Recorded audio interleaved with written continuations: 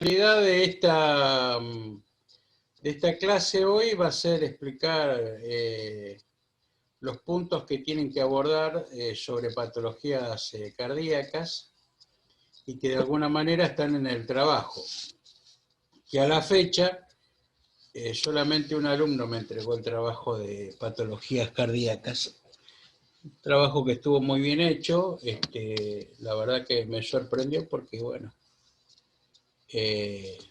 como no lo había explicado el tema, pero bueno, se ve que se guió por la información que hay en los libros y por el PowerPoint y eso, con eso fue suficiente. De igual forma creo yo que es interesante poder abordar estos temas a través de esta clase. Y esto es lo que voy a hacer. Les voy a compartir para que ustedes vean algunas diapositivas del, ¿cómo se llama? Del PowerPoint, a título de ir explicando, ya les digo, algunos puntos que están en el trabajo, o que se preguntan en el trabajo y que tienen que ver con este tema, ¿no? ¿Lo están viendo el PowerPoint? Sí, ¿no? Sí, profesor. Bien. Sí. Fantástico. La primera pregunta tenía que ver con describir el circuito mayor y menor, que es una pregunta de anatomía que generalmente suele ser recurrente en los parciales y en los finales. Una pregunta que, digamos, es un repaso de lo que vieron de anatomía, pero que tiene mucho que ver, ¿no? Y creo que está acá, ¿ven?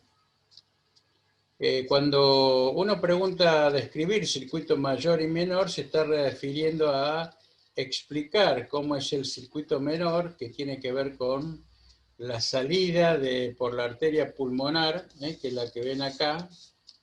La arteria pulmonar, entra la sangre por las venas cava inferior y vena cava superior, a la aurícula derecha, pasa al ventrículo derecho y pasa por la válvula pulmonar hacia la arteria pulmonar y esta conduce la sangre hacia los pulmones. Ese vendría a ser el circuito menor. Y después viene la sangre oxigenada por las venas pulmonares, ¿sí? Ingresa a la aurícula izquierda, pasa al ventrículo izquierdo, sale por la arteria aorta hacia todo el cuerpo, que es lo que ven aquí. Este es el circuito mayor, circuito menor y circuito mayor cardíaco.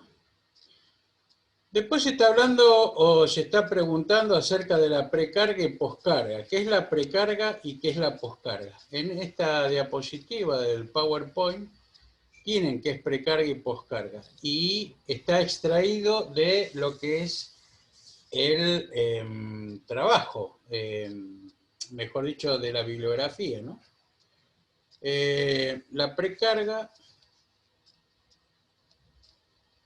a ver, esperen que no me veo yo. Acá estamos. La precarga es la cantidad de tensión. Esperen que voy a correr esto un poquito.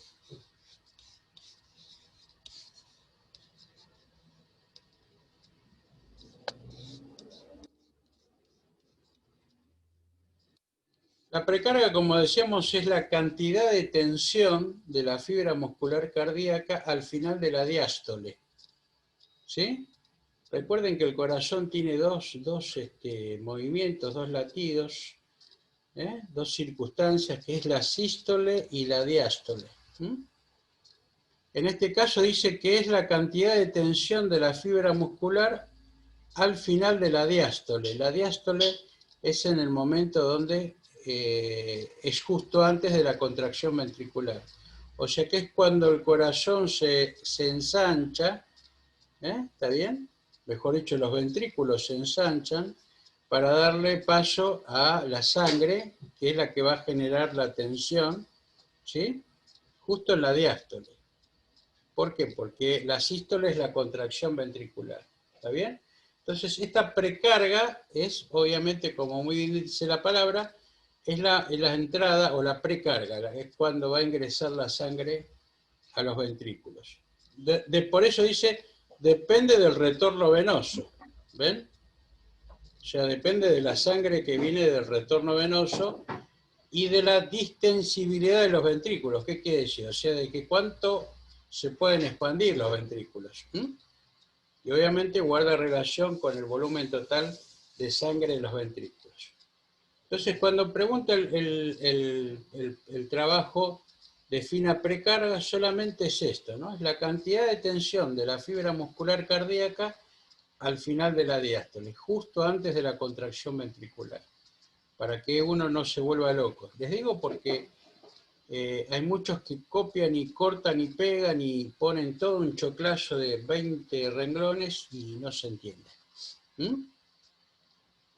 Cuando hablamos de la poscarga, tiene que ver con es la fuerza que deben superar los ventrículos para expulsar el volumen de sangre que contienen. Obviamente que tiene que ver con la diástole. Entonces, si la precarga es antes de la contracción ventricular, la poscarga es la fuerza que deben superar los ventrículos para expulsar el volumen de sangre que contienen. ¿Sí? Entonces, con estas dos expresiones, uno puede ya definir qué es precarga y poscarga. ¿Se entendió esto, chicos?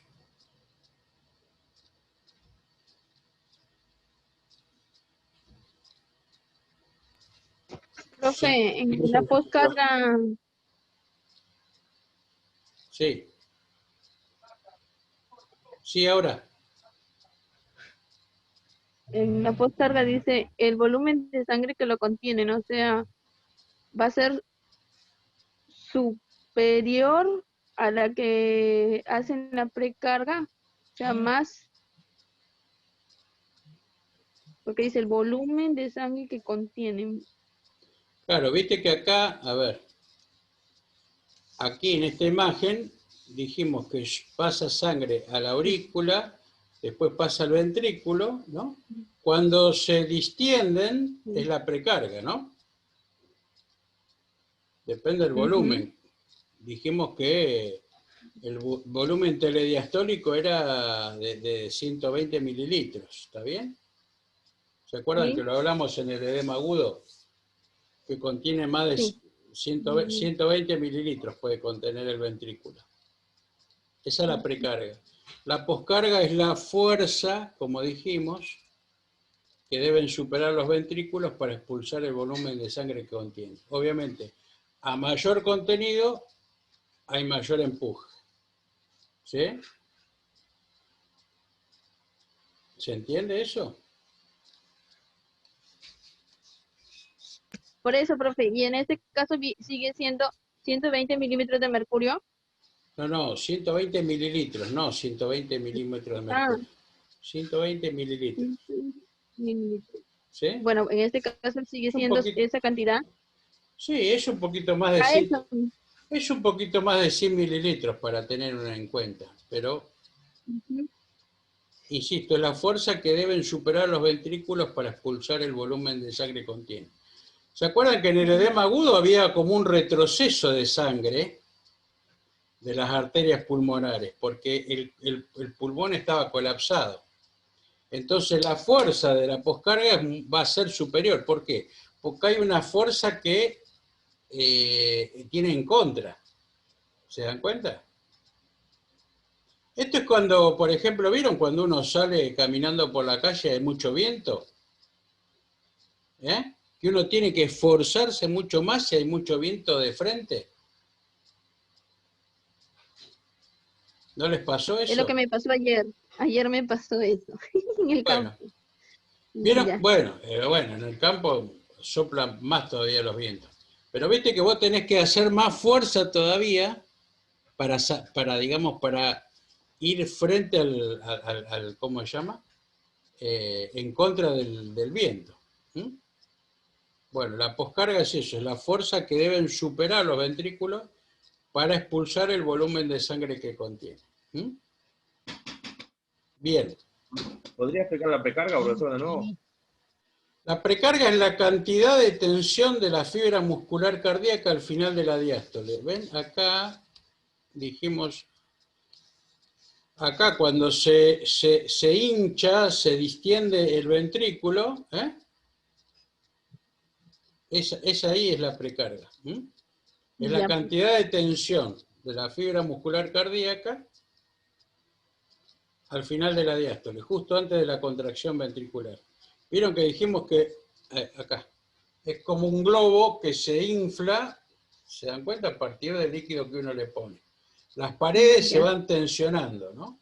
Esa es la precarga. Por eso dice acá que depende del retorno venoso. Si el retorno venoso aumenta, y va a aumentar la tensión, la precarga. No por nada, cuando hay un paciente que nosotros le subimos los miembros superiores porque se produce una hipotensión, una lipotimia, muchos dicen, ojo con la precarga. ¿Por qué? Porque uno lo pone en este estado, ¿vieron? Uno le sube los pies hacia la cabeza y le genera que la sangre, Retorno. claro, retorne al corazón con mucho más fuerza. Como me lo explica, me queda claro, profe. Yo, Bueno, mejor así. Sí, ahora se entiende más, profe. Claro, profe. claro. Bueno, para eso estamos, ¿eh?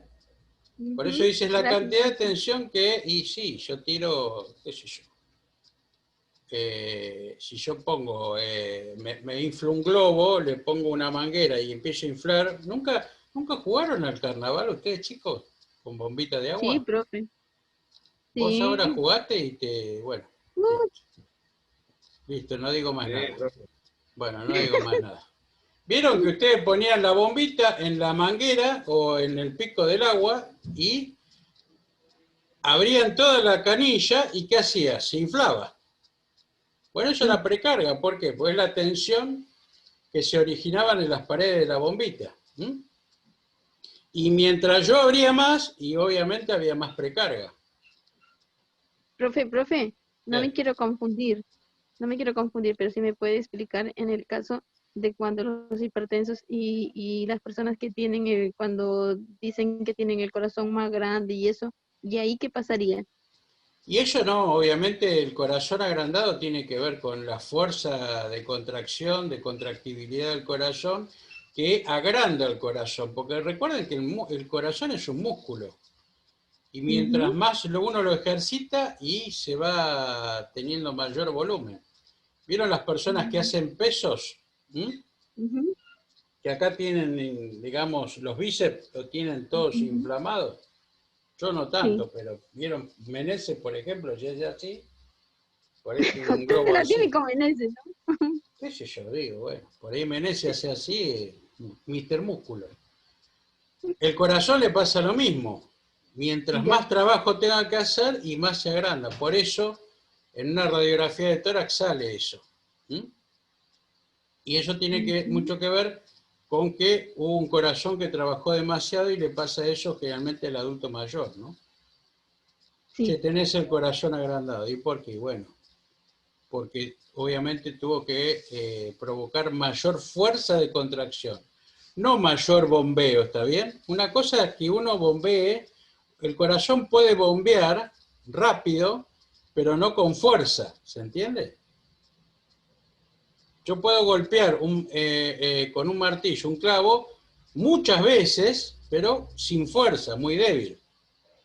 Depende si yo le pego con todo, ¿no? Con mucha fuerza, eso se llama fuerza de contracción, ¿sí? Que es lo que pasa con el corazón. Listo, profe. Bien, Ujú.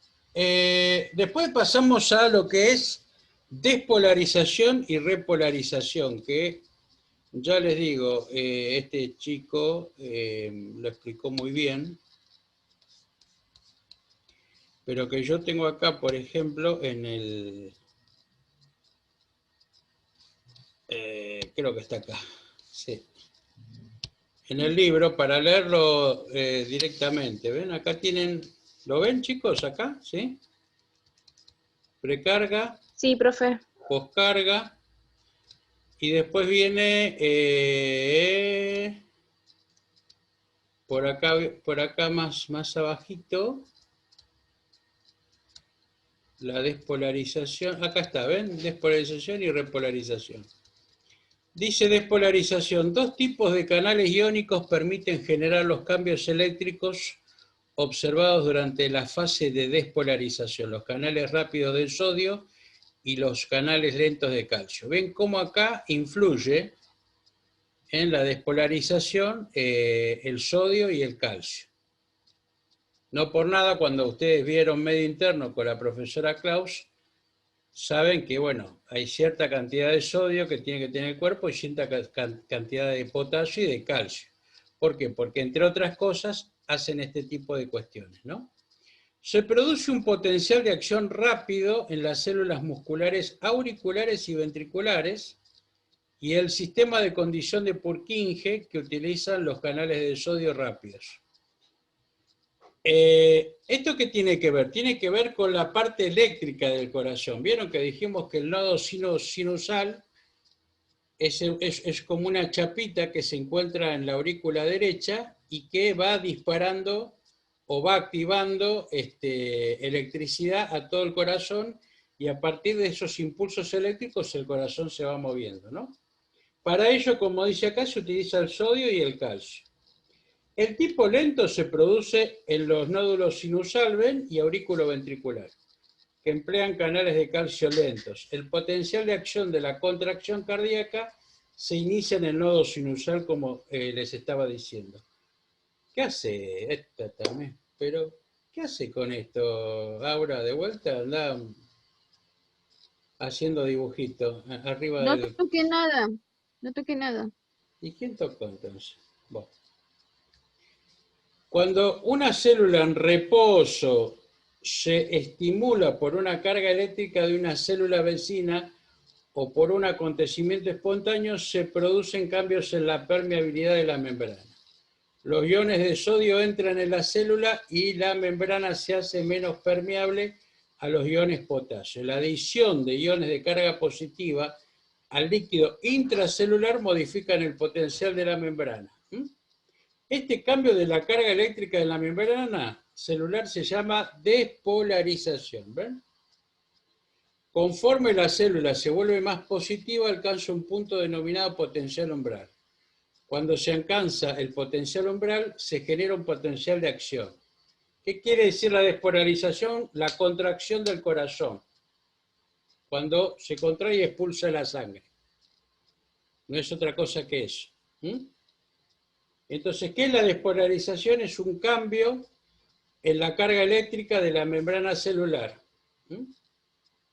Bueno, hay unas preguntas que cuando pregunto yo esto me ponen todo.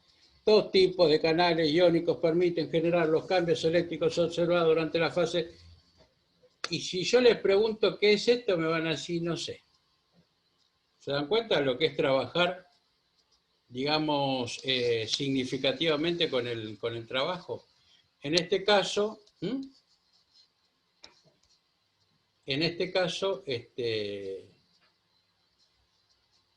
ahí está. En este caso, la despolarización es el cambio de la carga eléctrica de la membrana celular.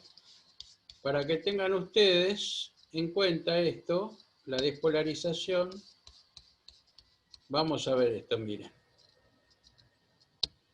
Compartir la pizarra. Y ahora el dibujo lo voy a hacer yo. ¿Ven?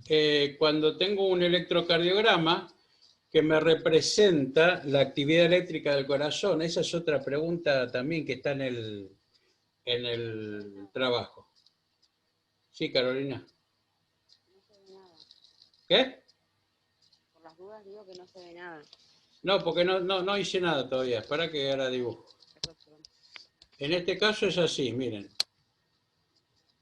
La onda P, la onda QRS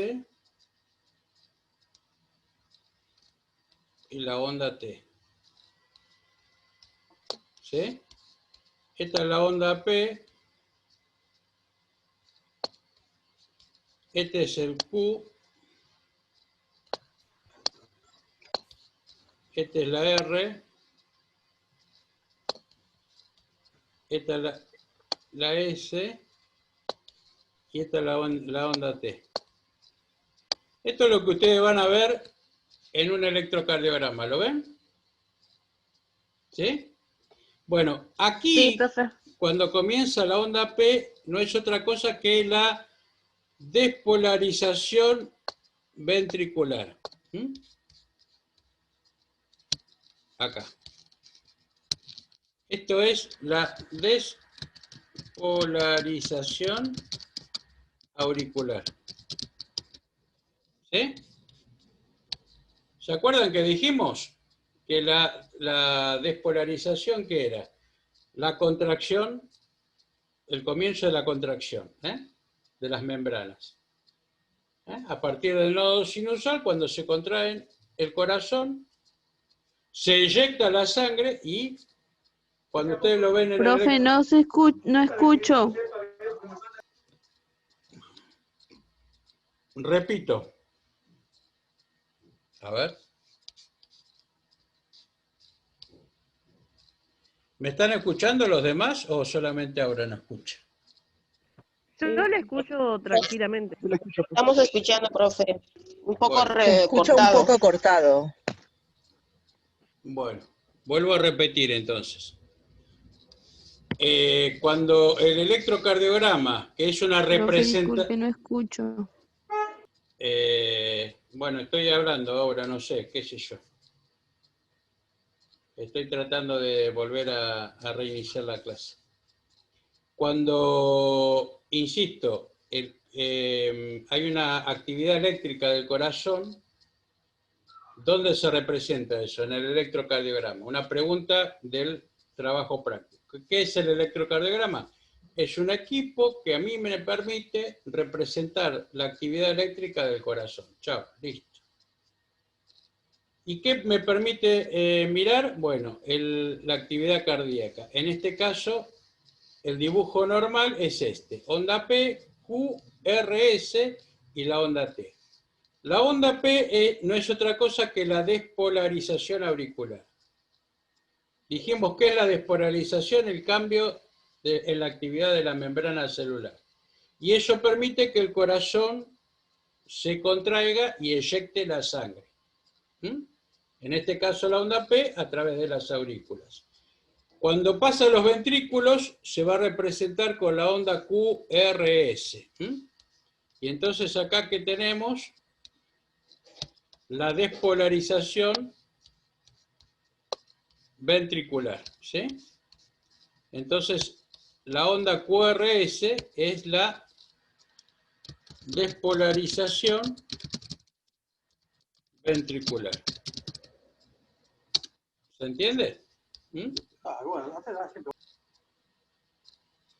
Y la onda T, ¿qué es la onda T? La onda T es la repolarización ventricular. ¿Qué quiere decir? Que una vez que se despolariza el corazón, o sea, se contrae, cuando se repolariza quiere decir que está en esa meseta de reposo, que es lo que vamos a ver ahora. ¿Esto se entendió, chicos? Sí, sí, profe. Entonces, cuando hablamos de despolarización... Sí, profe. Bien, cuando hablamos de despolarización es esto, y cuando hay que representarlo, porque había una pregunta de que decía que represente el dibujo en el del electro, es esto. Onda P, onda QRS, ¿sí? Y onda T. Cuando se repolariza, dijimos, el ventrículo, es esto. Entonces acá tenemos la repolarización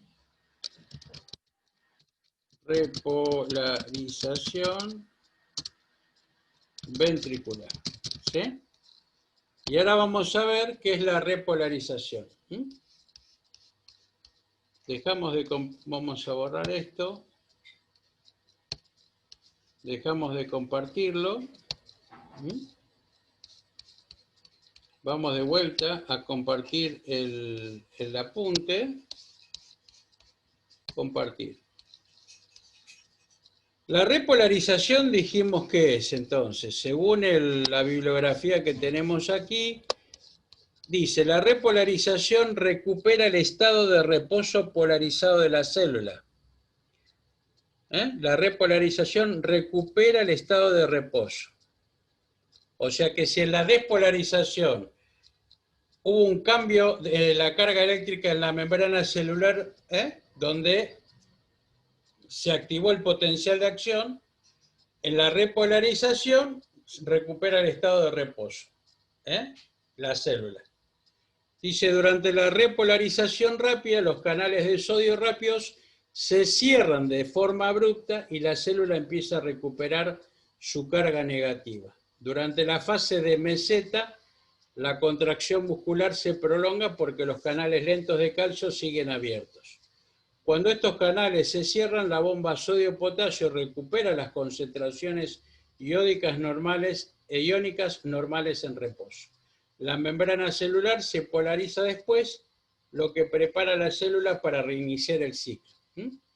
Cada latido cardíaco representa un ciclo cardíaco con un ciclo de repolarización y otro de despolarización. ¿Se entiende? O sea, contracción y relajación. Sístole y diástole. ¿Se entiende esto, chicos? Sí, ahora sí, profe. Bueno, o sea, ¿qué quiere decir? Que cuando yo hablo de la despolarización, estoy hablando de la contracción del corazón. Cuando estoy hablando de la repolarización, estoy hablando de la relajación. Y que coincide con la diástole y la sístole. La sístole, recordemos que es la eyección de la sangre, la contracción, y la diástole, la repolarización. Y que en un dibujo cardíaco, de un electrocardíaco, se ve de la forma como lo vimos ahí. ¿Sí? Que dice una pregunta, dice una pregunta que había que dibujarlo, y bueno, si ustedes pueden dibujarlo, lo dibujan. Si no, bueno. Lo importante es que lo entiendan, ¿no? Sí. A ver, creo que está por acá. No.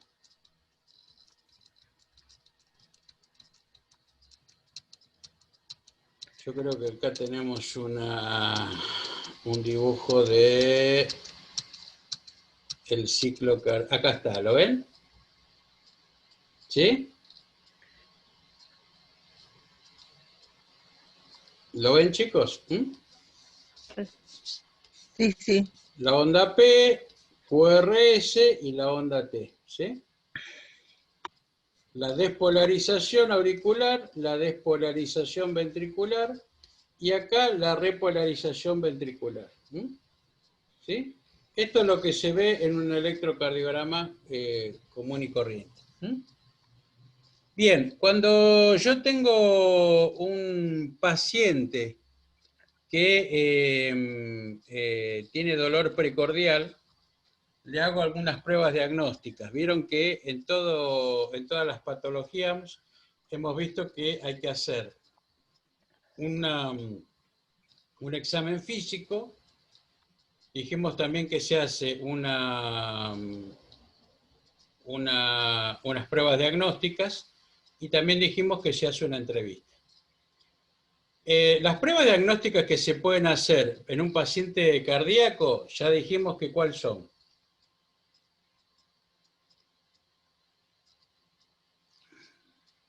De cabeza, ¿no? Electrocardiograma. Electrocardiograma, muy bien. Paciente que presenta un dolor precordial y le tengo que hacer un electrocardiograma. Ahora, ¿qué otras pruebas diagnósticas le puedo hacer yo a un paciente que tiene dolor precordial?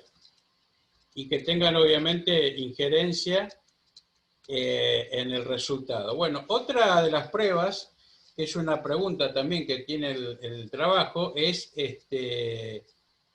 son los exámenes de sangre y tienen que ver con establecer las enzimas cardíacas, en especial la troponina y la CPK-MB. La troponina es una hormona que, es una enzima, perdón, que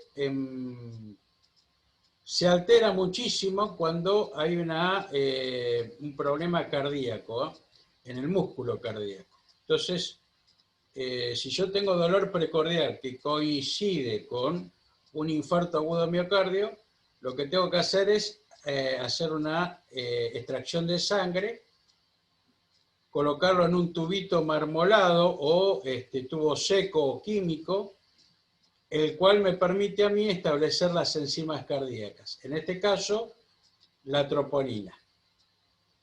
Y la CPK es también una enzima que se va a alterar cuando hay una actividad anormal muscular o muy activa, ¿no? A nivel muscular. Ya sea de los miembros superiores, de los miembros inferiores. Lo que pasa que hay una específica que es la MB-CPK, MB, que tiene que ver con el músculo cardíaco. Y esa también se puede solicitar cuando el paciente presenta un dolor precordial.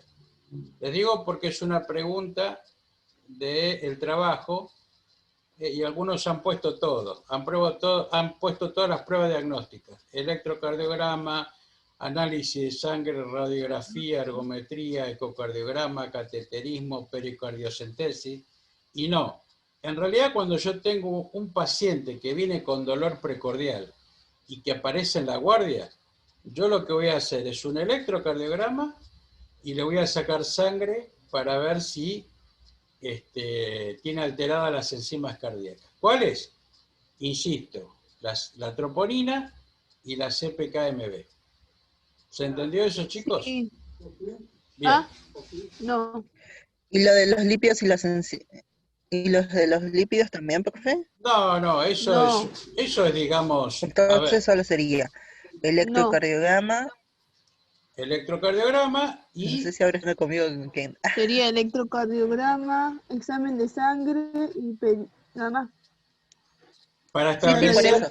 Pero dentro del examen sería lo que es las enzimas cardíacas con la troponina y la CPK. Claro, la CPK-MB. Ah, listo. Vos Y de los lípidos no, profe. Claro, ¿por qué? Porque en un examen de guardia no te salen los lípidos, no te salen los triglicéridos, el colesterol. Eso sale en un laboratorio central y que tarda 3-4 días. En un análisis de rutina. Claro, y yo lo que quiero es, en ese momento, ver si el paciente tiene una alteración en las enzimas cardíacas. En este caso, la troponina. ¿Por qué? Porque si se elevan, quiere decir que está infartado. Ajá. ¿Y dónde lo veo? En el electro. ¿Sí? En el electrocardiograma. ¿Cómo lo veo? Vamos a verlo. Ya que estamos, ya que preguntaron, lo vamos a ver. Dijimos que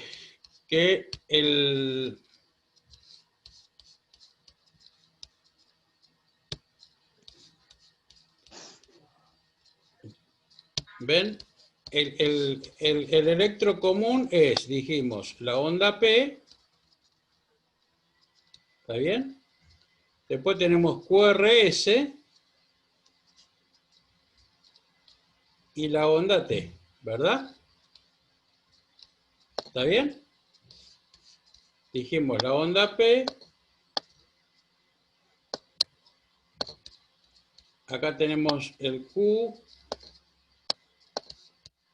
Acá tenemos la R. Acá tenemos la S. Y acá tenemos la onda T. ¿Está bien? Dijimos que acá, vamos a hacer con otro color, para que ustedes vean. Dijimos que acá estaba la despolarización, ¿verdad? Esto es la despolarización auricular. ¿Sí? Que es cuando el corazón eyecta sangre. Ahí no pasa nada. En el QRS acá tenemos la despolarización ventricular, que es cuando el corazón eyecta sangre desde los ventrículos. no pasa nada. ¿Dónde le va a doler al paciente? Acá, en el segmento ST. ¿Sí? En este segmento. ¿Por qué? Porque es allí donde se llenan las arterias coronarias del corazón.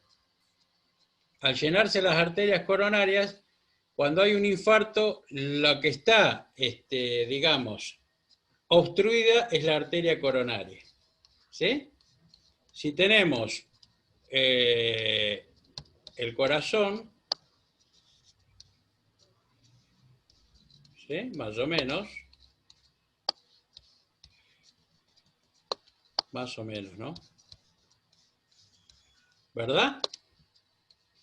Sí. Acá tenemos el corazón, acá tenemos los ventrículos y las aurículas. Las aurículas. Bueno, ¿quién le suministra nutrientes al corazón? Las arterias coronarias. ¿Cuáles son? La arteria coronaria derecha y la arteria coronaria izquierda. ¿Sí? Que la arteria coronaria izquierda tiene la circunfleja y la descendente anterior. ¿Sí? Estas arterias, cuando se, ¿cómo se llama? Se obstruyen. ¿Por qué se obstruyen una arteria coronaria? ¿Por qué se pueden obstruir?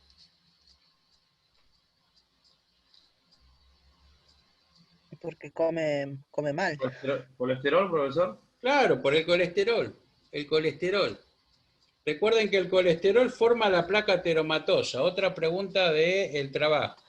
¿Qué es la aterosclerosis? La aterosclerosis o la placa ateromatosa es una enfermedad progresiva, ¿sí?, del corazón o de las arterias, mejor dicho, coronarias, que lo que hace es formar una placa y que ésta va a obstruir el paso de la sangre. Y el componente más importante de la placa ateromatosa es el colesterol, los lípidos, las grasas. No por nada se le dice a un paciente que haga dieta y que no coma tanta grasa, ¿sí o no? ¿Mm? Mi mamá tiene colesterol. Bueno, vieron que mientras más colesterol uno tenga, más triglicéridos, también va a tener más el riesgo aterogénico. ¿Qué quiere decir? El riesgo aterogénico es la predisposición que uno tiene a infartarse. ¿Se dan cuenta? ¿Por qué? Porque se va a formar una placa ateromatosa como esta y me va a obstruir una de las arterias coronarias. Cuando se obstruye completamente la arteria coronaria, cuando se obstruye en su totalidad, que no hay luz, no pasa la sangre, se llama infarto agudo de miocardio. Y en el electro, cuando pasa esto, se va a ver de esta forma, chicos, miren. Que es otra pregunta de acá del coso, dijimos. Dijimos que la onda P no tiene ningún problema. En el Q va a tener un poquito para abajo. El RS no pasa nada. Y mejor dicho, perdón, acá en el segmento ST, acá en este segmento, va a estar el problema. Tenemos la onda P, tenemos el Q, y acá en el RS va a tener esto, miren, ¿ven? El segmento ST elevado.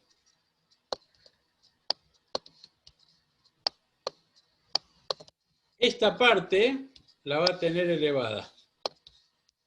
Así se ve un infarto. ¿Por qué? Porque recordemos que en la T es la repolarización ventricular. ¿Qué quiere decir? Cuando el corazón pasa a lo que es la poscarga, cuando reposa. Y en el reposo se van a llenar las arterias coronarias de sangre. ¿Para qué? Para darle sangre al corazón, para que este tome fuerza y vuelva a eyectar, vuelva a contraerse. Sístole. ¿Se entiende?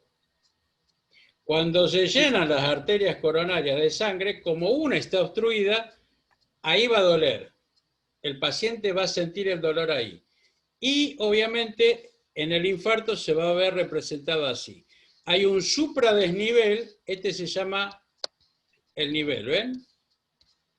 Puede haber un infradesnivel, o sea, para abajo, o un supradesnivel, para arriba. En este caso va a haber un segmento ST, una elevación del segmento ST, o hay una elevación en el supradesnivel. Ahí se va a ver el infarto. ¿Se entiende esto, chicos? Con las imágenes son un poco más claras, profe. ¿Sí? ¿Se entiende ahora? Sí, sí. Va, Por eso. yo no sé, basta. Por eso, pregunta del trabajo. Pruebas diagnósticas para un paciente con dolor precordial. Electrocardiograma. ¿Por qué? Porque quiero ver esto. Si tiene un supradesnivel del segmento ST. Si tiene un supradesnivel del segmento ST, chao, sonamos, está infartado. Y coincidentemente, ¿qué hago? Le saco sangre, ¿está bien? Y establezco la troponina y la CPK-MB. Si están también alteradas, y está infartada. Por eso, ¿qué se le hace a este paciente? Que es otra pregunta del trabajo.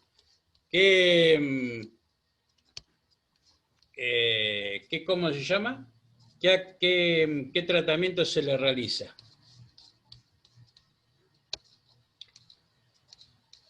¿Qué tratamiento se le realiza? La angioplastía. ¿Saben lo que es una angioplastía?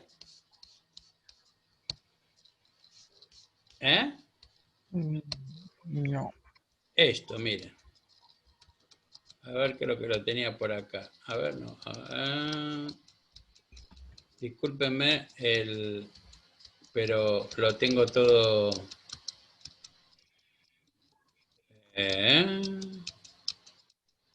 Acá tenemos aterosclerosis. ¿Ve la aterosclerosis cómo va digamos, a achicar o afinar la luz? ¿Lo ven acá? ¿Cómo afina el ingreso de sangre? Bueno, cuando está completamente, digamos, tapada, es un infarto agudo. Una obstrucción total de la arteria coronaria. Esta es la sala de hemodinamia donde se hace la angioplastía. ¿Sí? Los médicos, digamos que trabajan allí, lo que van a hacer, ¿ven? Le van a hacer un cateterismo cardíaco. Profe, Le colocan un transductor, sí. pero no solamente acá en el infarto agudo del miocardio se puede hacer una angioplastía. Un paciente diabético también se le hace una angioplastía para destaponar la arteria de los miembros inferiores. Sí, también, sí. Ujú. Bueno, profe, gracias. Arteriografía de miembros inferiores. Ajá. No solo se tapan las arterias coronarias, también se te pueden tapar las arterias, de los miembros inferiores. Vieron que hay algunos que se les gangrena y después se les corta.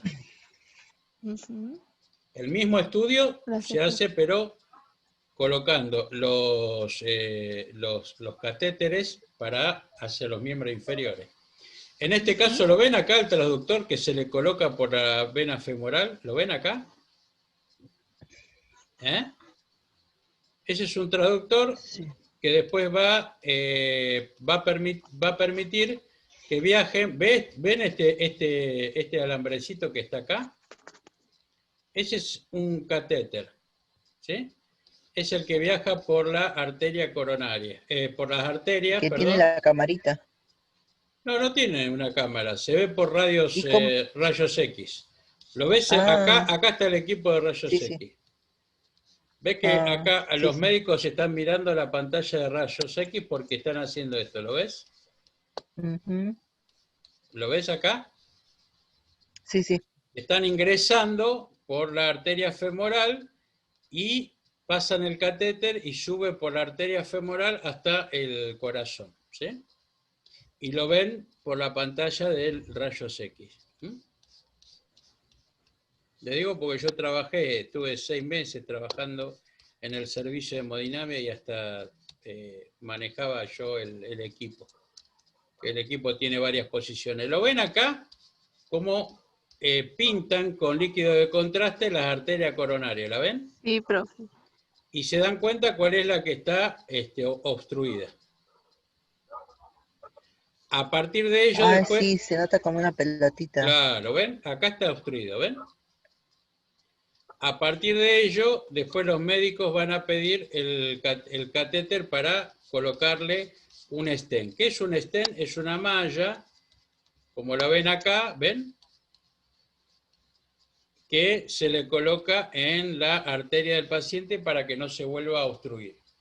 El balón este que ven acá se infla a partir del trabajo que hace el médico intervencionista desde el transductor. Con una jeringa infla el balón, ¿está bien? Abre la arteria y después coloca el stent. Que los stent se colocan y tienen distinta medida e inclusive hay algunos que tienen liberación de medicamentos para que no se obstruyan de vuelta. Esto, si hay tiempo, se pide a la obra social.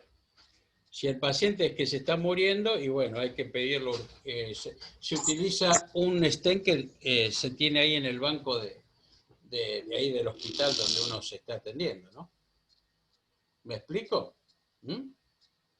Porque si no, en este paso, donde el médico ve la obstrucción, saca el diámetro del stent que necesita y lo piden a la obra social.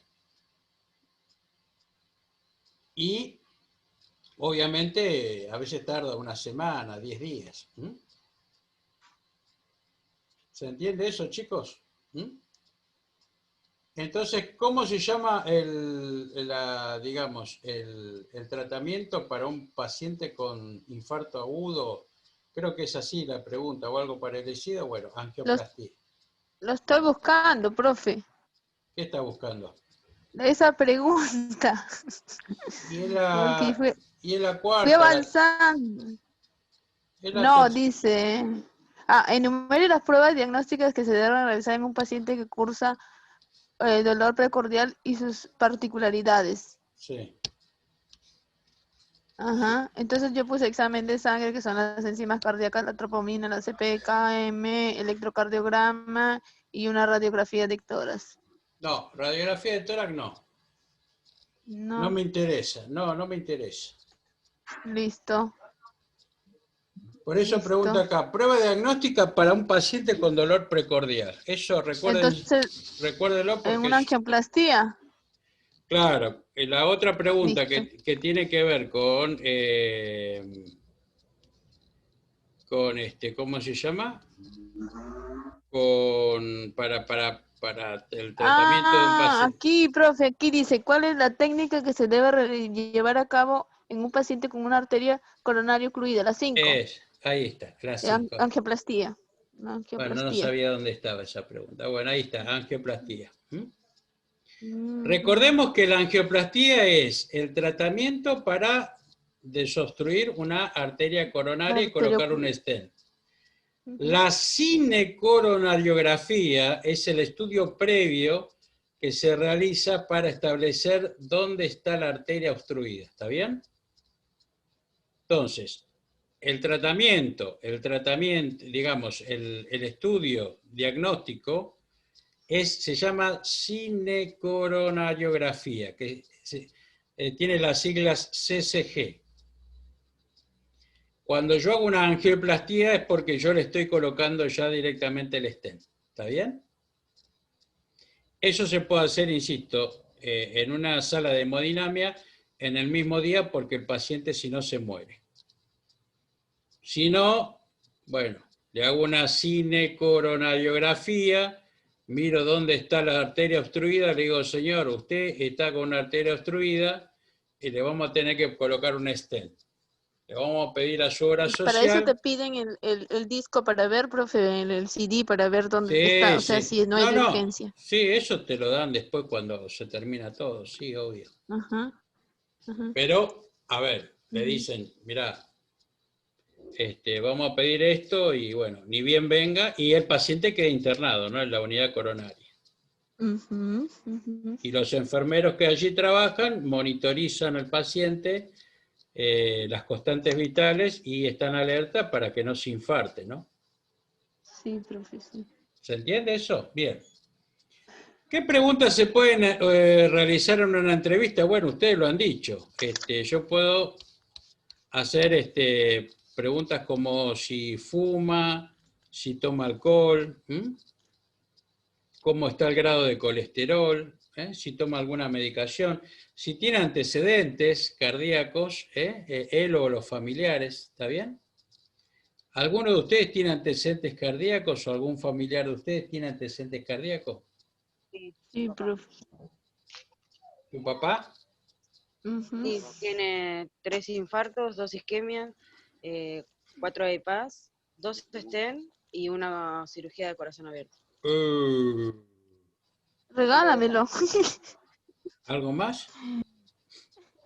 No, colesterol al mango, y hipertensivo, con hipertensión,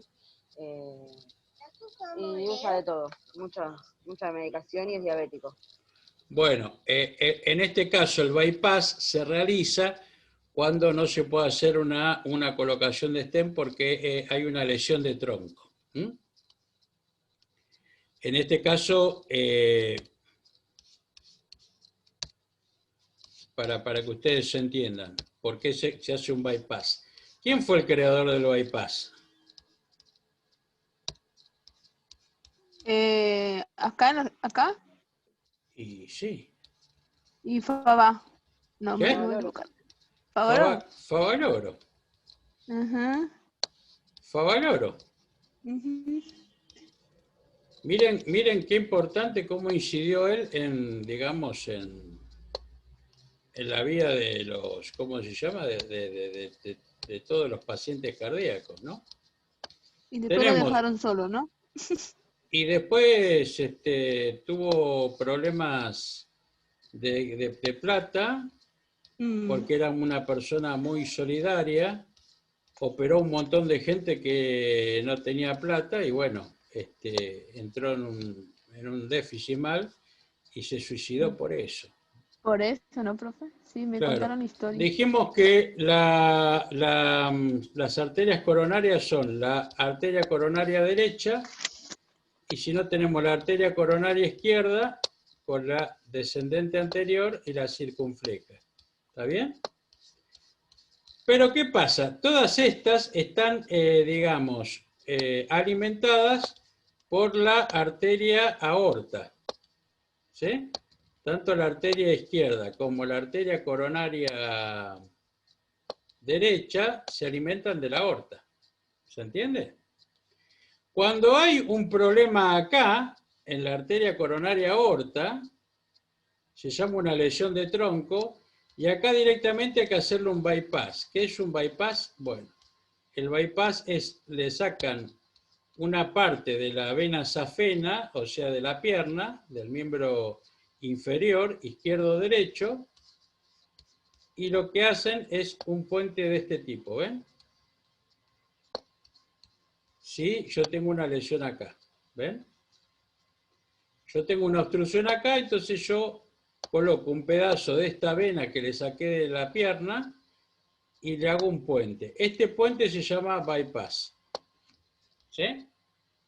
Por eso el papá de Carolina tiene 4 bypass, ¿no? ¿Así dijiste? Bueno, parece que sí. Muy bien. ¿Cuáles son los cambios relacionados con la edad? Obviamente que hay cambios relacionados con la edad que obviamente van a tener injerencia en la actividad cardíaca del paciente, ¿no? Creo que esto está aquí en el apunte y que yo hice una placa.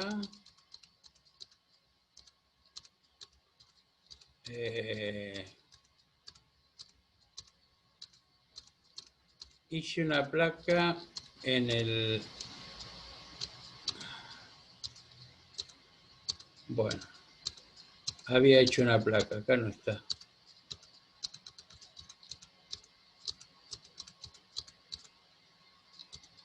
Sí, no había hecho una placa, pero obviamente que tiene que ver los cambios relacionados con la edad, con... esperen, que se los quiero mostrar directamente del apunte, ¿no?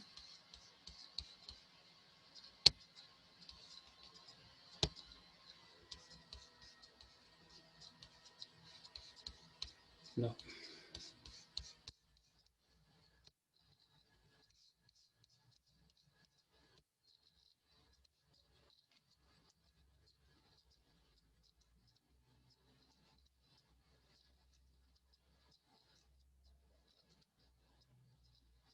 Aguárdenme un chiquitito que yo quiero mostrarles con el...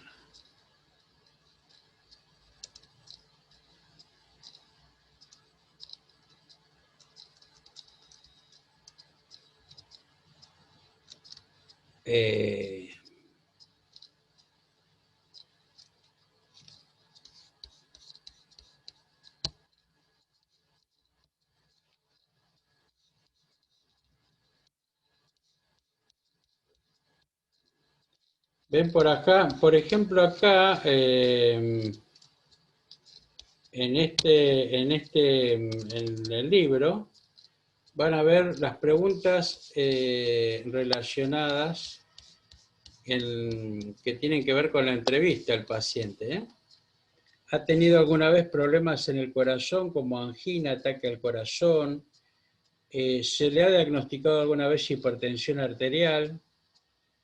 ¿Se ha medido recientemente las concentraciones de colesterol? Como muy bien decían ustedes. ¿Se le ha realizado alguna vez pruebas para controlar la función cardíaca? Todos ustedes han pasado por haberse hecho un electrocardiograma, ¿verdad? ¿Mm? Sí, sí, profe. ¿Le hicieron la revisación médica a ustedes o no? Sí, profe, también para que te piden el acto físico también. Ah, por eso, en el acto físico. Está bien.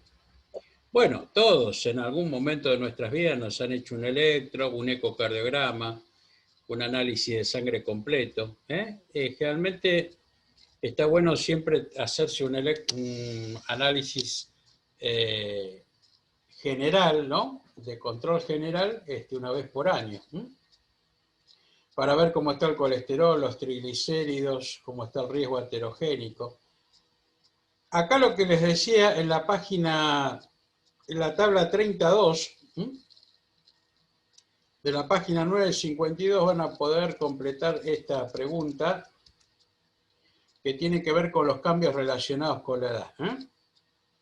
Y que dice, entre algunas otras cosas, que hay una disminución en el miocardio de la eficiencia y la contractilidad. El miocardio, recuerden que es la membrana, digamos, del medio del corazón, ¿no? De las capas. Recuerden que hay un pericardio, una capa, digamos, exterior, un miocardio, la capa media, y un endocardio, una capa, digamos, interior, ¿sí? El miocardio es, digamos, la zona donde se encuentran las células contráctiles del corazón, ¿no? Este músculo o esta parte contráctil del corazón. Bueno, hay una menor eficiencia y contractilidad cuando uno tiene más años. O sea, en el paciente adulto mayor esto se va a ver evidenciado. El nodo sinusal, que digamos que es el marcapasos natural del corazón, aumenta del grosor de la cubierta que rodea el nódulo y disminuye el número de células del marcapasos natural. No por nada hay muchos pacientes adultos mayores que necesitan un marcapaso, que después lo vamos a ver. El ventrículo izquierdo, bueno, hay una ligera hipertrofia, hay una prolongación de la fase de contracción isométrica y del tiempo de relajación, y aumenta el tiempo para el llenado diastólico y el vaciamiento sistólico. Al respecto de las válvulas y vasos sanguíneos, la aorta se elonga y dilata. Las válvulas son más gruesas y rígidas. La resistencia al flujo de sangre periférica aumenta 1% anual. ¿Qué quiere decir? Que si aumenta la resistencia al flujo de sangre, ¿qué va a aumentar? ¿La precarga o la poscarga?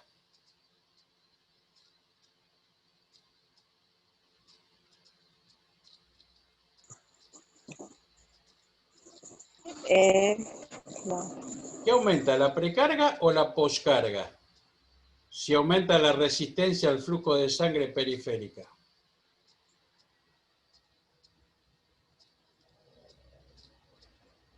Recuerden que dijimos que la precarga tenía que ver con el retorno venoso, o sea que si hay una resistencia al flujo de sangre periférico, o sea de la periferia, y yo voy a tener problemas en la precarga, ¿se entiende? O sea que cuando se llena, cuando va la sangre por las venas y suben, o se meten al corazón por la vena cava superior e inferior, y ahí voy a tener problemas. ¿Se entiende eso, chicos? Estos son los cambios relacionados con la edad. Bueno, hablamos también de la aterosclerosis, que dijimos que es una enfermedad progresiva, que el factor preponderante es el colesterol. Los riesgos modificables y no modificables, obviamente que hay algunas cuestiones que pueden modificarse y otras no. Por ejemplo, ¿qué se puede modificar? ¿Qué riesgos se pueden modificar?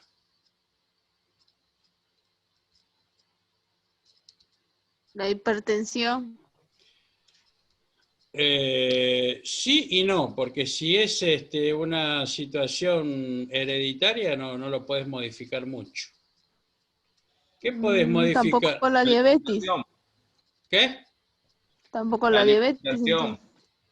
Pero si como sano, profe, Bueno, entonces, a ver... la alimentación. La alimentación, el colesterol. Si yo hago dieta... Hago ejercicio. Bueno, el sedentarismo entonces, ¿sí? Si yo hago dieta, voy a poder modificar eso. Hábitos como el tabaco, como el fumar, también lo puedo modificar. ¿Qué decías vos, Gonzalo? La alimentación, el ejercicio, la vida saludable. Bueno, entonces factores de riesgo que puedo modificar, esos. Los que no puedo modificar, y bueno, los fisiopatológicos. La obesidad también. Sí, la obesidad ¿No, también. profe? Y si vos haces dieta, lo podés modificar. La edad, por ejemplo, no la podés modificar. Hay mayores riesgos con la edad, ¿sí? Más de 65. La edad, el sexo también. Hereditario no, punto. Y no. Los hereditarios también. Y no. Ya entendí. Fármacos hipocolesteromiantes. O sea, Las fármacos... estatinas. Ahí está, muy bien. ¿Qué estatina conocen? Lovastatina, la que más conocía yo de una amiguita era la simvastatina. Bien. Y la torvastatina también. Todas las estatinas, muy bien.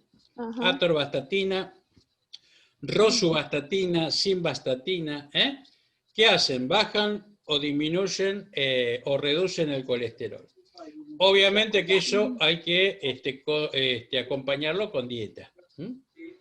No Ajá. por nada al paciente cardíaco se le da su comprimido de atorvastatina o rosuvastatina. Y obviamente debería tener una dieta. Digo obviamente porque muchos no podemos manejar el tema de la dieta, ¿no? Entonces, profe, ponemos a acompañarlo con dieta, ¿cómo es en No, términos? cuando te está preguntando el trabajo, Ah, ajá. fármacos hipocolesteroleantes o en una parcial o en un final, puede Le decir menciono eso.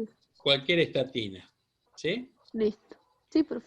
Bien, dijimos que el infarto agudo es una obstrucción total de la arteria coronaria. ¿Está bien? Obstrucción total. ¿Qué es entonces la angina de pecho? Le puse así, profe, la que se caracteriza por episodios de dolor torácico, puse. Sí, hay dolor, pero ¿cuál es la diferencia? Al ejercicio dice que pasa eso. Dice, cuando hago un pequeño ejercicio, dice, en general precipitada por el ejercicio y que se alivan después con el dolor, nada más, con el reposo, hasta ahí nomás puse. Claro. Entonces, Pero también puse que dice que la necesidad de oxígeno, ahí está, profe, puse así, que la necesidad de oxígeno puse también. Superan el aporte, le puse así. Ujú. Está bien, pero a ver, tratemos de clarificar esta cuestión. La angina se caracteriza por episodios de dolor torácico, ¿sí? Que se agravan Sí. cuando hay ejercicio y se alivian con el reposo. Ujú.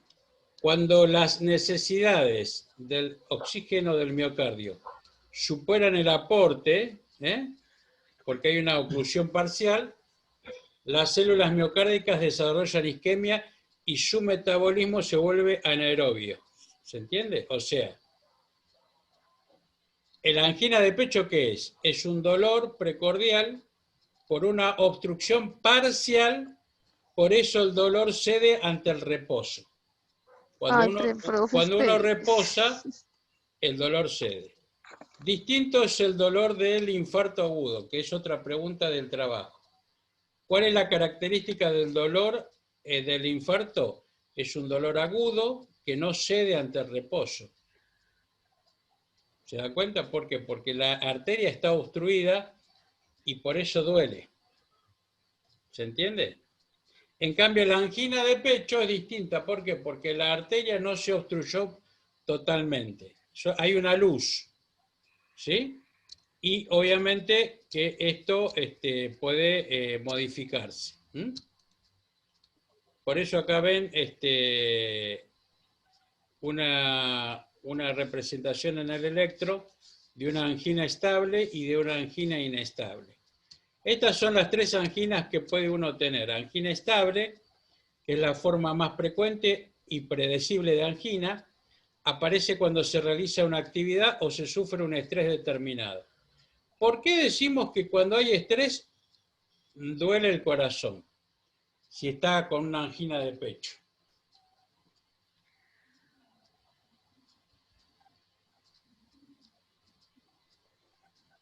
¿Cómo, profe?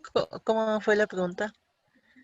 ¿Por qué decimos que cuando hay un estrés el dolor duele, mejor dicho, el corazón duele, porque hay una angina de pecho? Hay una obstrucción y que uno... Y porque late más rápido cuando uno está asustado o nervioso. Claro, tal cual. Yo no estoy haciendo nada, ¿ven? Ahora estoy sentado acá. En cambio, cuando alguien está Pero preocupado, claro, pero si yo me preocupo, si yo me se estresa. estreso, si yo me peleo con alguien ahora acá sentado sin hacer nada, se libera catecolaminas, que son la noradrenalina y la epinefrina. Y eso aumenta el ritmo del corazón, acelera el corazón. Y al acelerarse el corazón, va a requerir mayor cantidad de oxígeno en sus arterias coronarias. Y como están semi-obstruidas, me va a doler. ¿Se entiende? Uh-huh. Por eso yo debería estar en reposo, tranquilo, ¿sí? Para que no me duela el corazón. Pero obviamente que esa arteria hay que desobstruirla, ¿sí? Profe, cuando te pide que expliques la fisiopatología, ¿explicas los tipos también? No, no hace falta. ¿O solo eso? Listo, Solamente, listo. solamente quiero que se entienda que la angina de pecho es una obstrucción parcial de las Parcial. arterias coronarias. Que el dolor es un dolor torácico Alivio. que cede o que se alivia ante el reposo. Listo. Y que el infarto agudo es la obstrucción total de la arteria coronaria o una de las arterias coronarias y que el dolor no cede. Por eso es muy factible que se le administre morfina. En una de las preguntas pregunta, valga la redundancia, qué medicamentos se tienen que colocar en un infarto agudo. Obviamente se le va a utilizar NTG, que es un vasodilatador que va a permitir abrir las arterias, y se le van a dar antiplaquetarios, antiagregantes plaquetarios. ¿Qué antiagregante plaquetario conocen?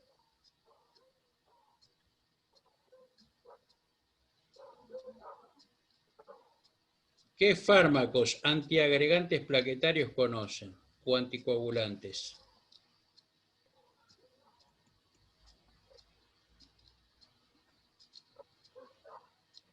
¿La heparina?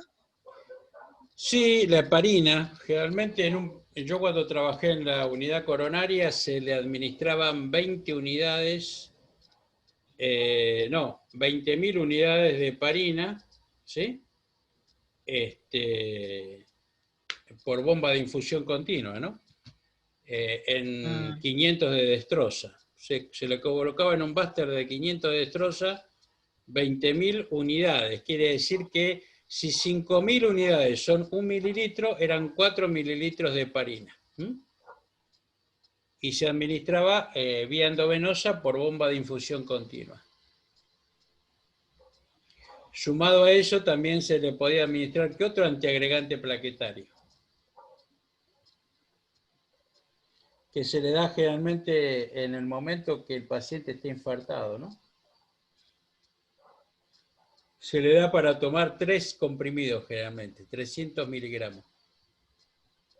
De aspirina, chicos. La aspirina es un ¿La aspirina? antiagregante, claro, es un antiagregante plaquetario y se le dan 300 miligramos generalmente al paciente que se encuentra infartado o que está por infartarse. Esos son los medicamentos que se utilizan en un infarto. Amén de que por la necesidad, ¿no?, que tiene el corazón de tener oxígeno, ¿qué se le puede poner? ¿Qué se le puede administrar? ¿Cuál fue la pregunta, profe? Que ante la necesidad que tiene el corazón que está infartado de oxígeno, ¿qué se le puede administrar al paciente que se infartó o que se va a infartar?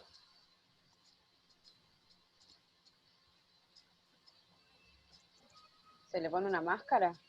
Claro, se le puede, más que una máscara, se le pone una cánula nasal, una bigotera a 2 litros por minuto de oxígeno.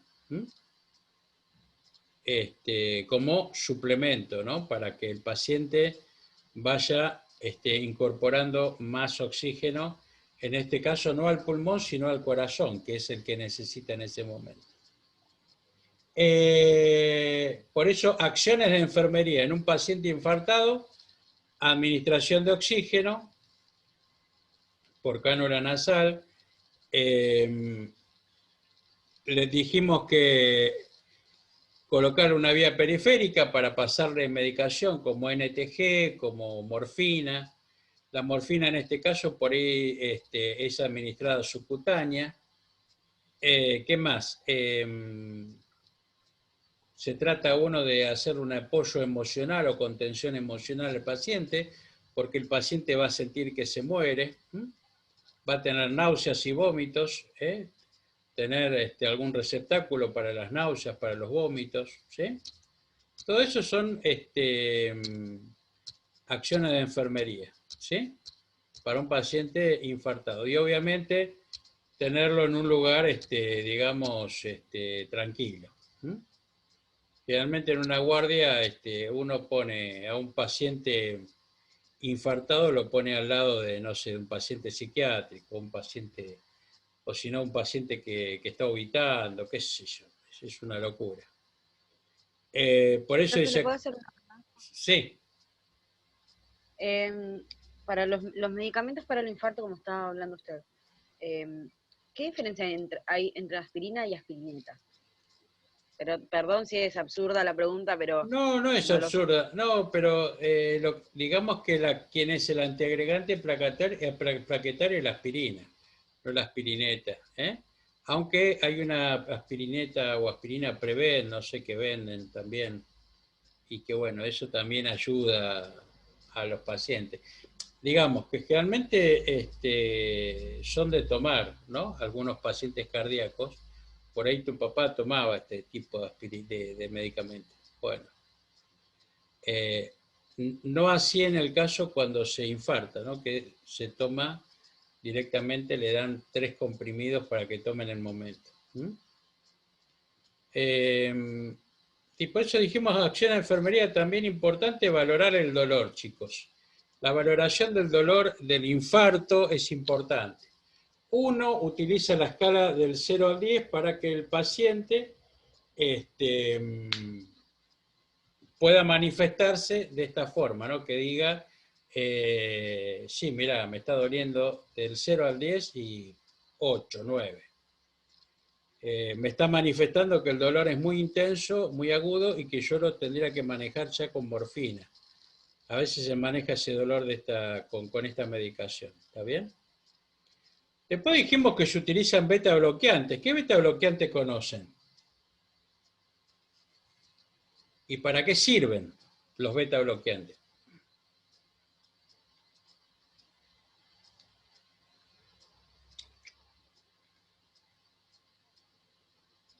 No, no se te escucha, Carolina. Te veo hablar, pero no.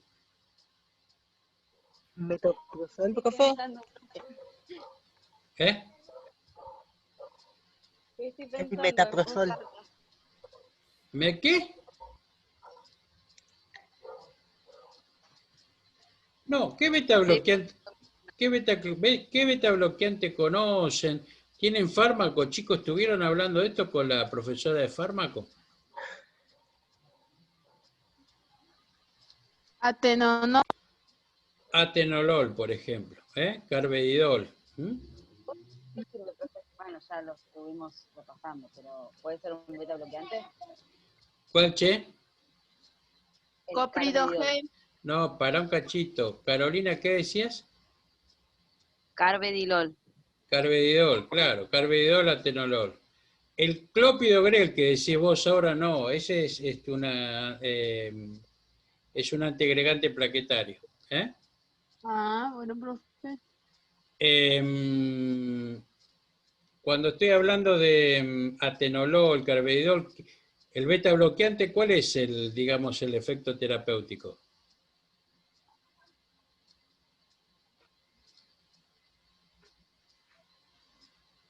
¿Qué disminuye?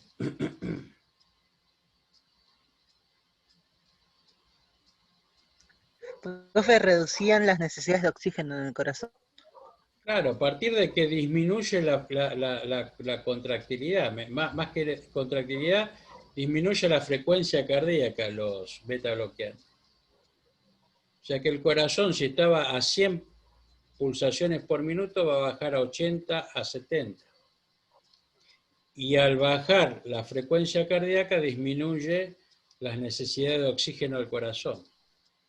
Y si yo tengo una arteria que está coronaria, que es la que le da nutrientes y oxígeno al corazón, para que él realice su actividad, si yo sé que está obstruida y voy a bajar con un beta bloqueante la actividad del corazón. ¿Se entiende, chicos? Sí, profe. Bien, por eso cuando la pregunta del trabajo dice, bueno, enumere o nombre beta bloqueantes, pueden nombrar atenolol, carvedilol, ¿sí? Lo mismo que nitratos. Los nitritos o nitratos son en este caso la NTG, como yo les decía, que son vasodilatadores potentes que se administran. Algunos lo tienen como sublingual. En realidad, en una unidad coronaria o en el shock room de la guardia se administra en forma endovenosa. Es una ampolla de NTG en 250 centímetros cúbicos de destroza y eso obviamente se administra por bomba de infusión continua para controlar el goteo. ¿Se entiende? ¿Por qué? Porque puede hipotensar al paciente y por eso hay que ver cuánta cantidad de medicación uno administra en ese momento. Bueno, después hablamos de la circulación extracorpórea, que es una bomba, que no sé si ustedes llegaron a conocerla, y que tiene que ver con, obviamente,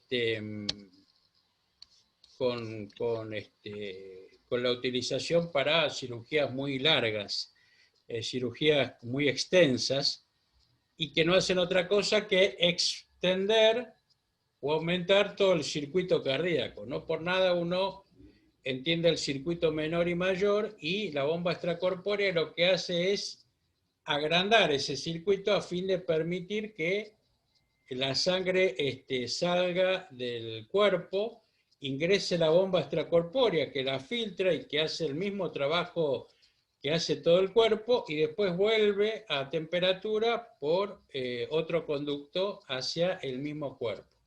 Lo que permite que los cirujanos puedan operar a un paciente y obviamente, ya les digo, si es muy, muy larga, muy extensa ¿cómo se llama? La operación se realiza con una bomba extracorpórea. No sé si la vieron en algún momento ustedes. No, profe. A ver si yo... Bueno, no puedo minimizar.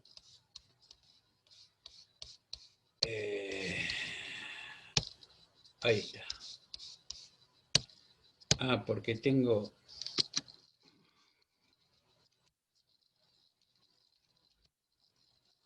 Tengo muchos documentos abiertos, pero vamos a ver si yo puedo mostrarles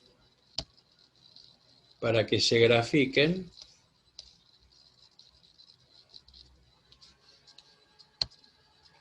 Es bomba extracorpórea.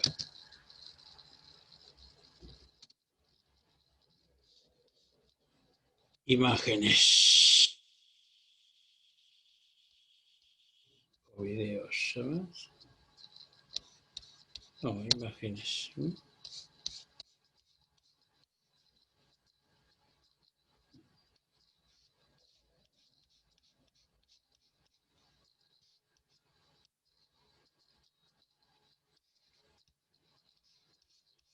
A ver.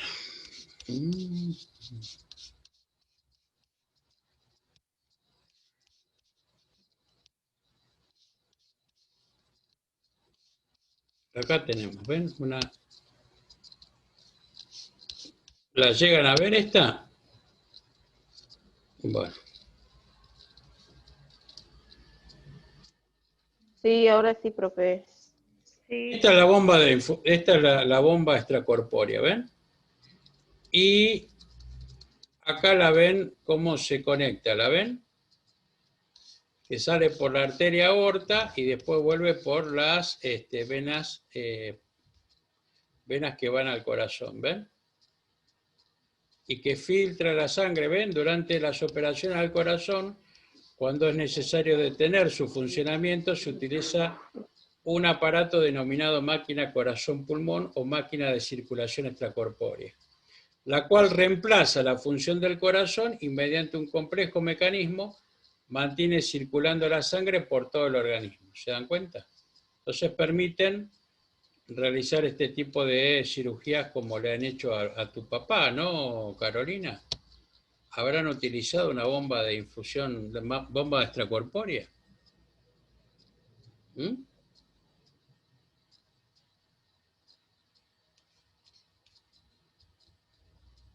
Habrán utilizado, ¿no? Supongo yo. Bueno, para terminar, también tenemos para el monitoreo cardíaco, que no es otra cosa que un multiparamétrico, que a mí me permite establecer la función eléctrica del corazón a través de un electrocardiograma, que va a tener la tensión arterial, que va a tener la frecuencia cardíaca, que va a tener la frecuencia respiratoria, que va a tener la saturación de oxígeno y la tensión arterial media, que es un promedio entre la sistólica y la diastólica, y que esto lo utilizan mucho los terapistas o aquellos que hacen recuperación de pacientes que se han hecho una cirugía de corazón, ¿no? Que se llama cirugía de revascularización miocárdica.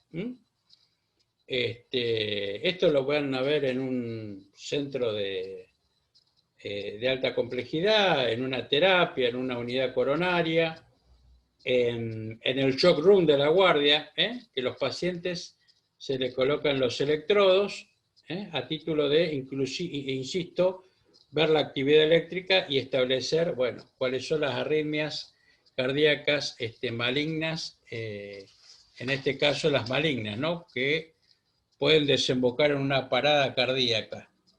Hay preguntas de este profe. Sí, las arritmias son ritmos anormales que pueden desembocar en una parada cardíaca, y para que ustedes, digamos, discriminen de todas las arritmias que pueda haber, aquellas que pueden generar una parada cardíaca son la fibrilación ventricular y la taquicardia ventricular, ¿sí? La fibrilación ventricular y la taquicardia ventricular. Estas pueden originar una parada cardíaca. Les digo porque, ahora que me hace acordar Aura, hay una, ¿cómo se llama? Una pregunta al respecto de ello. Y que en el PowerPoint están. Una fibrilación ventricular y una taquicardia ventricular me pueden originar una parada cardíaca y necesitan el cardiodesfibrilador, que también lo tienen como una pregunta. El desfibrilador, que lo vimos también cuando vimos RCP. ¿Sí? Para que tengan una idea, no sé si llegan a ver.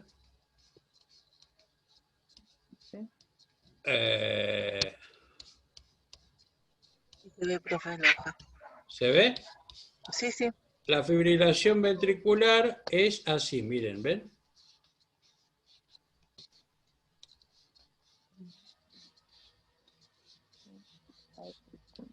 Cuando yo veo esta imagen, que no tiene onda P, tiene un QRS ancho, y bueno, es porque está fibrilando el paciente, y obviamente no coincide con esto. ¿Se acuerdan que dijimos onda P, el QRS, ¿está bien? Y la onda T, ¿sí?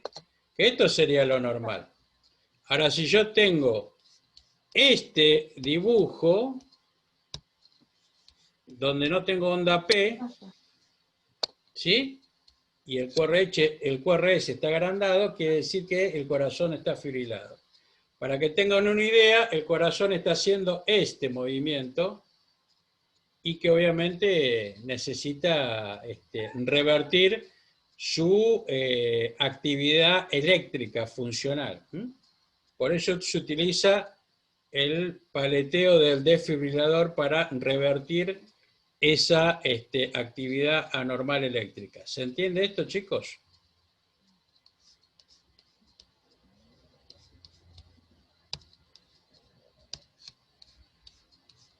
Ahí vamos.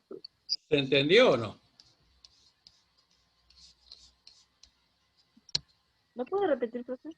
Sí, lo entendí, pero ¿lo puedo repetir? Y si lo entendiste, ¿para qué me lo querés hacer repetir? ¿Eh? Bueno, te lo vuelvo a repetir. Estoy hablando de... A ver, para un cachito. Estoy hablando de un paciente con una fibrilación ventricular y que el corazón hace este recorrido, ¿sí? Creo que acá lo tenemos en el PowerPoint, creo que tienen una imagen de estas, ¿cómo se llama? De esta actividad anormal, arritmias, que son malignas. Que decimos que son malignas porque pueden desembocar en lo que es la parada cardiorrespiratoria. Y que no hacen otra cosa que hacer necesitar o que llevan a que uno necesite urgente el desfibrilador. Yo creo que acá hay una...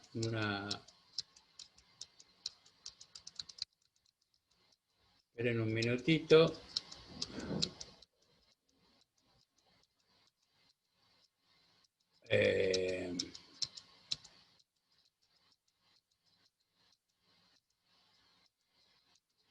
No, este es edema agudo. Arritmias, ¿ven? Taquicardia ventricular y fibrilación ventricular,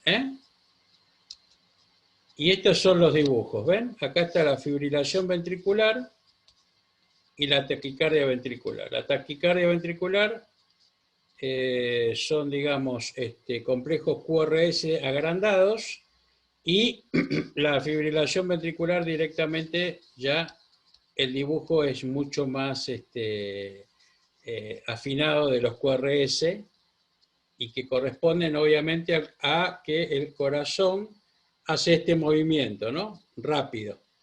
En vez de hacer loop-dup, loop-dup, loop-dup, loop-dup, el corazón empieza a como volverse loco, como a tener un ritmo anormal.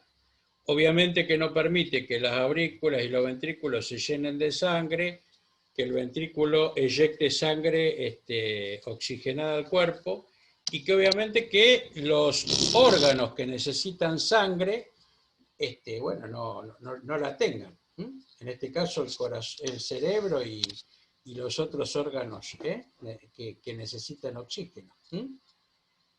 Así que por eso el paciente entra en parada cardíaca. Recuérdenlo, igual que que es asistolia, ¿no? Cuando no hay actividad directamente cardíaca. Estas son las arritmias que dice aquí, que son las arritmias malignas. Maligno. Bueno, no, chicos, no creo que, según tengo acá anotado, no hay otra pregunta del trabajo. No sé si ustedes tienen alguna inquietud, alguna duda. Si no, hasta acá llegamos, ¿no? Con la explicación. Yo creo que fui ilustrativo, me parece que con esto ya van a poder hacer el trabajo. Recuerden que este trabajo va a estar involucrado en lo que es el trabajo integrador 1, que lo van a hacer el lunes que viene, no el jueves, sino el lunes. Por plataforma se les va a asignar un tiempo específico y van a tener que resolver varios ítems de un caso madre, ¿no? De un caso hipotético, y obviamente esto va a estar puntualizado. Eso es importante que lo sepan. ¿Cuándo ¿El dijo, profe, el lunes? jueves? No, el jueves. ¿No? El lunes que viene. El lunes que viene van a tener que hacer ese trabajo. ¿Mm? Así que lo va a colgar, o lo va a subir en este caso el profesor Santos ese día y lo va a corregir él. Así que...